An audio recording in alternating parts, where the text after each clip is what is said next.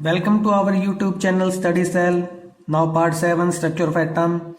Now numerical portion related to Planck's quantum theory, and we have to use formula here. Energy directly proportional to frequency. Energy जैसे ही हम proportionality का sign हटाएंगे क्या आएगा हमारे पास एक constant Planck's constant H new. H की value कितनी होगी हमारे पास 6.626 इंटू 10 की पावर माइनस 34 जूल सेकेंड हमारे पास वैल्यू होगी।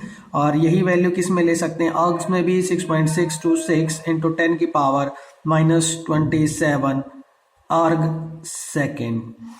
As we know very well, frequency is equals to C by lambda. We can put this value of frequency here and we get formula modified. Energy is equals to hc by lambda. Lambda here is wavelength of the given radiation. E is energy of the given radiation. Nu is given frequency of the radiation. Now use numerical portion. Numerical first. Calculate the energy associated with the photon of light having a wavelength of 6000 Armstrong. क्या निकालनी है हमें energy निकालनी है इस question में। और आपको क्या दे रखा है यहाँ पे वेवलेंथ गिवन है। we know energy is equals to hc by lambda. H is equals to 6.626 into 10 की पावर minus 34 joule second.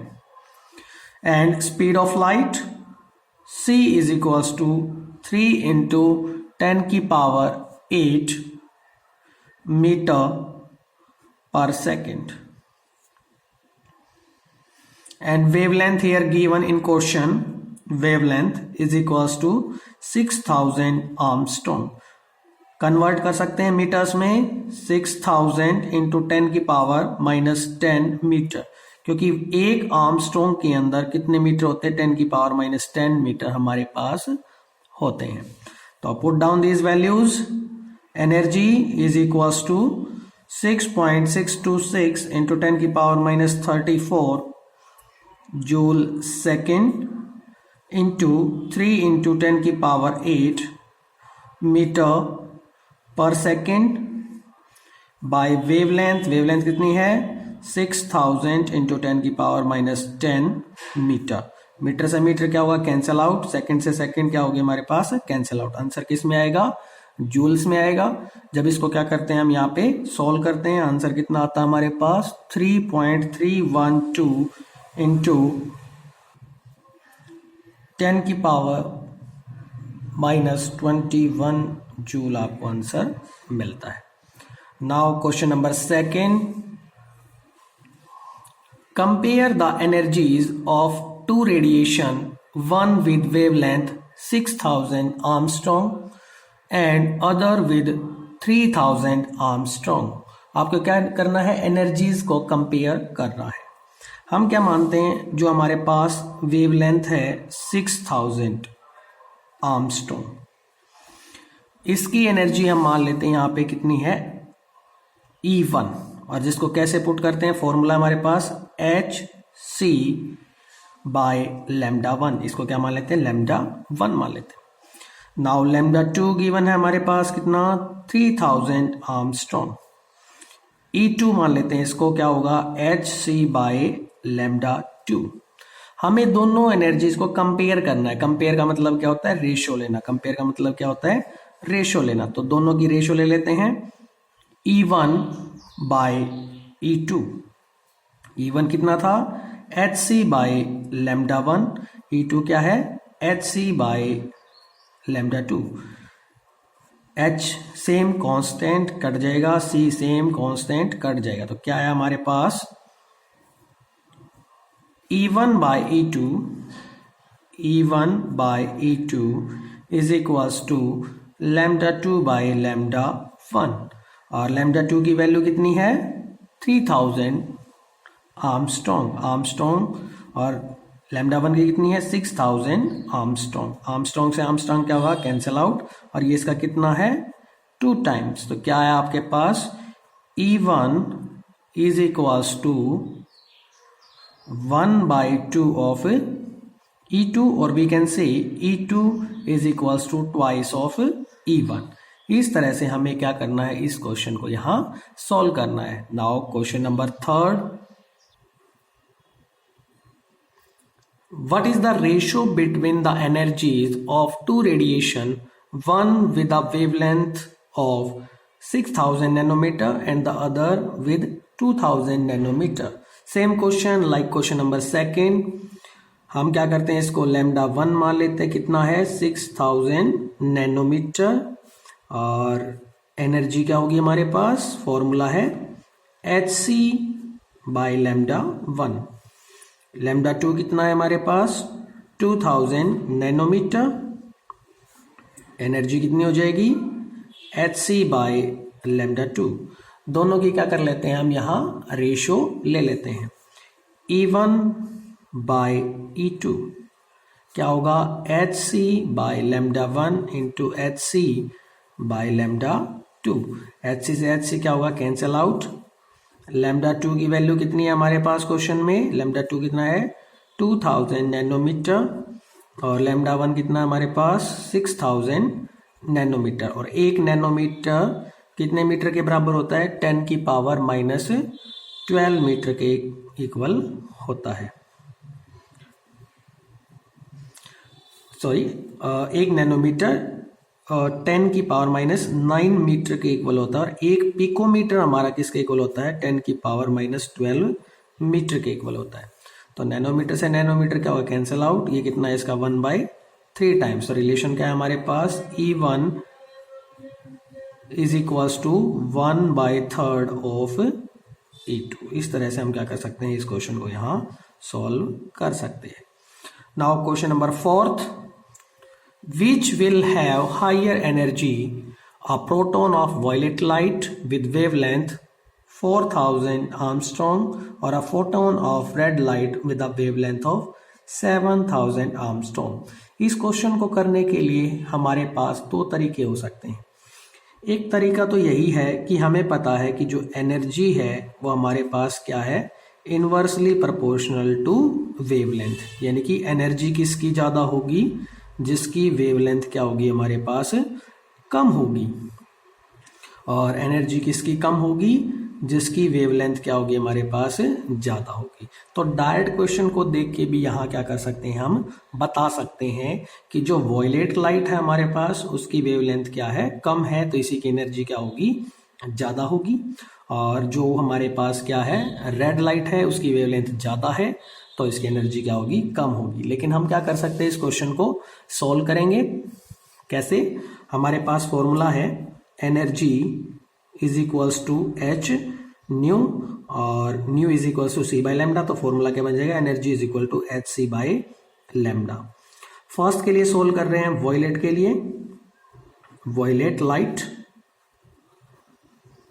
तो क्या होगी एनर्जी हमारे पास energy is equals to Hc by lambda. H कितना होता है प्लैंक्स कांस्टेंट 6.626 इंटू 10 की power -34 joule second and speed of light 3 into 10 की पावर 8 मीटर पर सेकेंड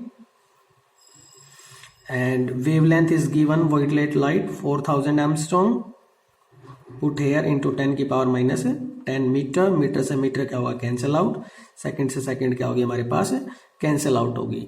जब हम क्या करते हैं वॉयलेट लाइट के लिए इसको सोल्व करते हैं तो हमारे पास कितना आता है 4.96 इंटू 10 की पावर -19 जूल यहाँ हमें देखने को मिलता है। हम आगे करते हैं इसको किसके लिए रेड लाइट के लिए। रेड लाइट एनर्जी क्या होगी हमारे पास, एनर्जी का फॉर्मूला क्या है Hc बाई लैम्डा। H कितना है 6.626 इंटू 10 की पावर -34 जूल सेकेंड। आगे क्या करते हैं हम हमारे पास क्या स्पीड ऑफ लाइट 3 इंटू 10 की power 8 metre per second, and then wavelength कितनी गिवन है रेड लाइट के लिए 7000 एंगस्ट्रॉम, 7000 इंटू 10 की पावर माइनस 10 मीटर, मीटर से मीटर कैंसिल आउट, सेकंड से सेकंड क्या हो जाएगी हमारे पास कैंसिल आउट हो जाएगी। जब हम इसको सोल्व करते तो हमें कितना मिलता है 2.83 इंटू 10 की पावर माइनस 19 जूल। तो यहाँ पर साफ देखने से पता चल रहा है कि जो फोटोन है, photon of violet light has higher energy compared to the photon of red light।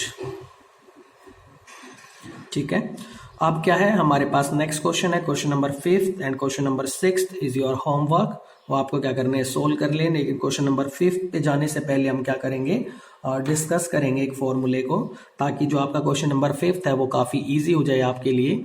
Formula क्या है हमारे पास कि जो प्लैंक्स क्वांटम थ्योरी थी जिसकी हम बात कर रहे हैं, हमने पढ़ी है, उसमें हमारे पास क्या था कि हमने ये पढ़ा था कि जो एनर्जी होती है हमारे पास, जो बॉडी क्या करती है एमिट करती है और एब्जॉर्ब करती है, वो क्या होती है होल नंबर मल्टीपल होती है किसके एनर्जी के। यानी कि हमारे पास एक नया फॉर्मूला होता है, नया फॉर्मूला कौन सा है जो हमें यूज करना है इस न्यूमेरिकल्स के लिए, energy is equals to NH nu. क्या है NH न्यू। N क्या है हमारे पास यहाँ पर होल नंबर, L क्या है हमारे पास यहाँ होल नंबर, जिसकी वैल्यू कितनी हो सकती है आपके पास 1 2 3 4 इस तरह से इसकी वैल्यू हो सकती है, जिससे हमें ये पता चलता है कि जो हमारे पास एनर्जी एमिट और एब्जॉर्ब होती है किसी बॉडी के द्वारा वो क्या होती है क्वांटाइज होती है, वो क्या होती है क्वांटाइज होती है। तो उसी के बेसिस पे आपको क्या करना है ये दोनों न्यूमेरिकल को सोल्व करना है, question number 5th and question number 6th। देखिए 3 इंटू 10 की power 18 photons of certain light radiation are found to produce 1.5 joule of energy.